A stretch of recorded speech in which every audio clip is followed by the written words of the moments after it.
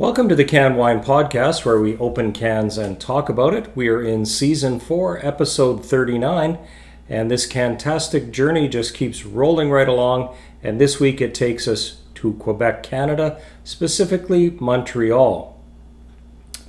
And before we get to our can of the week, we have to talk about our wine nerd word of the week, which is fruit forward. Now, a fruit forward wine is the first thing you smell when you open a can or you taste it from a glass. You would smell fruit flavors, cherries, peach, these sorts of things. So anything that has that fruit forward flavor is called a fruit forward wine. And we have assembled with the utmost caution and bravado a panel of experts. Today we have our man from Gimli, the master of liquor security. Are you there, Jamie? I am, Brad. How are you? I'm very good. And we have a long-time listener, first-time caller, Mike from Brandon. You there, Mike? I am, Brad. Well, that's great. And through the magic of the MLCC, we were all able to get a copy of the can of the week this week. I got mine back on my much talked about Thanksgiving trip to Canada. You guys picked yours up sooner than that. Jamie, can you introduce our can of the week? Sure. The can of the week is called Keep Calm and Chill Rosé. It's a 250 milliliter can, 12% alcohol per volume. And as I said, it's a rosé. It says it's red, very fruit, fresh and fruity, and as you said, made in Montreal. Exactly. Now, they say made in Montreal, but in my research it says that it comes from International Wines. So they probably buy it as a wine concentrate and bottle it in Montreal, is my take on it. The grapes themselves are said to be the Colombard variety, which is a cousin, a French white wine, which is a cousin of Chenin Blanc. So that could be interesting. And as you had said, it comes from the Keep Calm group in Montreal.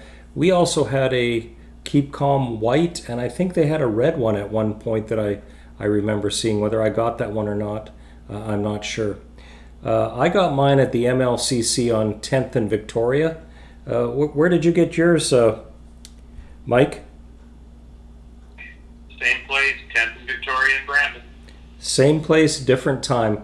And you'd think that for those not familiar with the MLCC is, it's the Manitoba Liquor Control Commission, and they are the government entity that has all of the liquor and sells wine, beer, all of these sort of things. You can buy beer at I don't think you can get it in grocery stores in Manitoba, but certainly what they call the vendor, which is attached to a hotel. But you can't buy wine or liquor there. You have to get it from MLCC. And the 10th and Victoria one, every MLCC, their employees are very helpful and well equipped and have a lot of knowledge. And I went looking for cans up by the, what do you call that one? The Corral Center up on the North Hill. And they said, oh, no, you want canned wine, you're going to have to go to 10th Street. That's the selection one. So that's where I got mine. And Jamie, you said you got yours at your local MLCC? Yeah.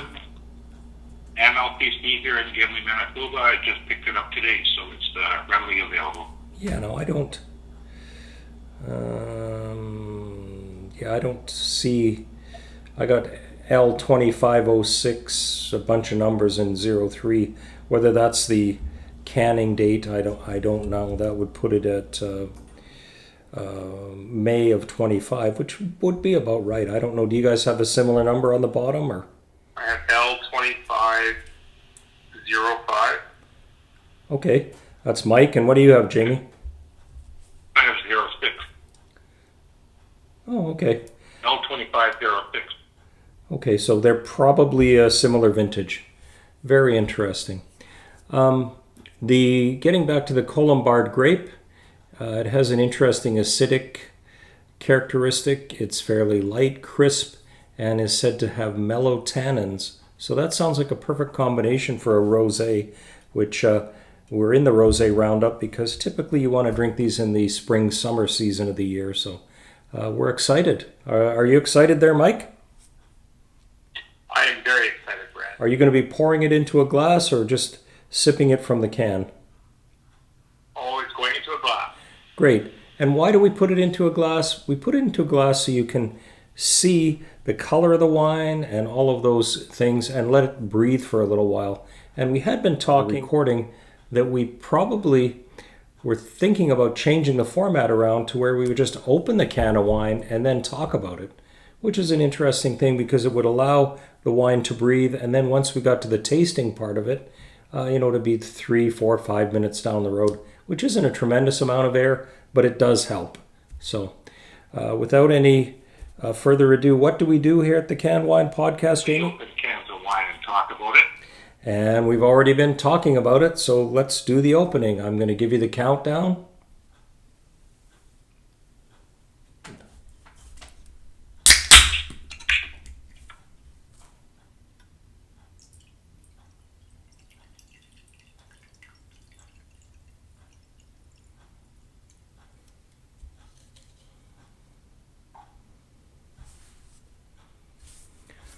Well, that's an interesting color, very light rosé. Usually these things can be a little bit rosé or more, a little bit redder.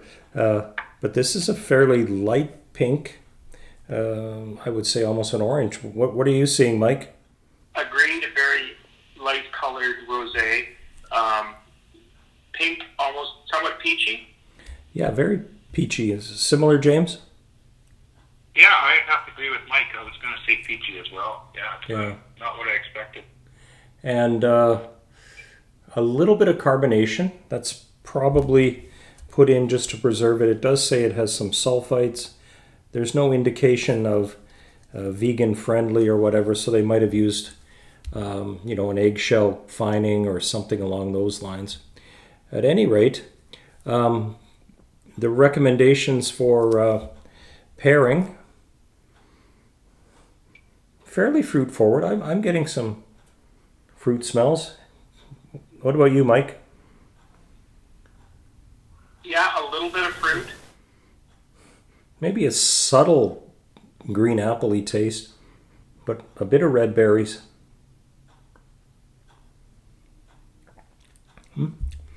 Yeah, I could pair this with a day at the beach. That's for sure. It'd be great with a salad or a fish dish or something like that. Yeah, one of the things they said it would be good was chicken satay, which I would agree with. Sushi, oysters, salads. Any thoughts on pairing, Mike? I was thinking something along the lines of the poultry as well. Something like that, or I'm trying to think of a cheese that would go with it. It's got a slight acidic taste to it, very pleasant, but slight acidic taste. I'm thinking a cheese that would go well with it to cut the acidity a bit, but it's not coming to me. But yes, some sort of cheese, poultry. Like a Gruyere or a Brie or something like that. A white cheese would be a good pairing. Yeah. Well, that's great. Well, I'm going to continue to enjoy this as we wrap things up here. And our shout out, of course, goes to Mike. Mike, great answer on that Washington State.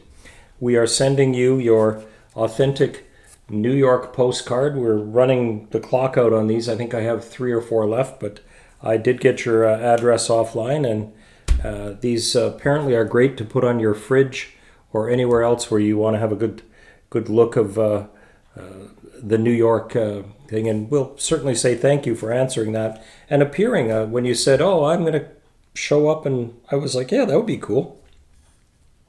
And it all depended that you.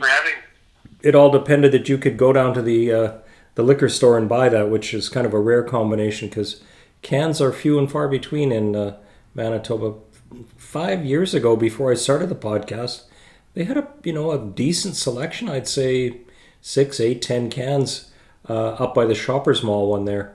They were having a strike at that time, and I was talking to a manager from Gimli or somebody she was from Selkirk.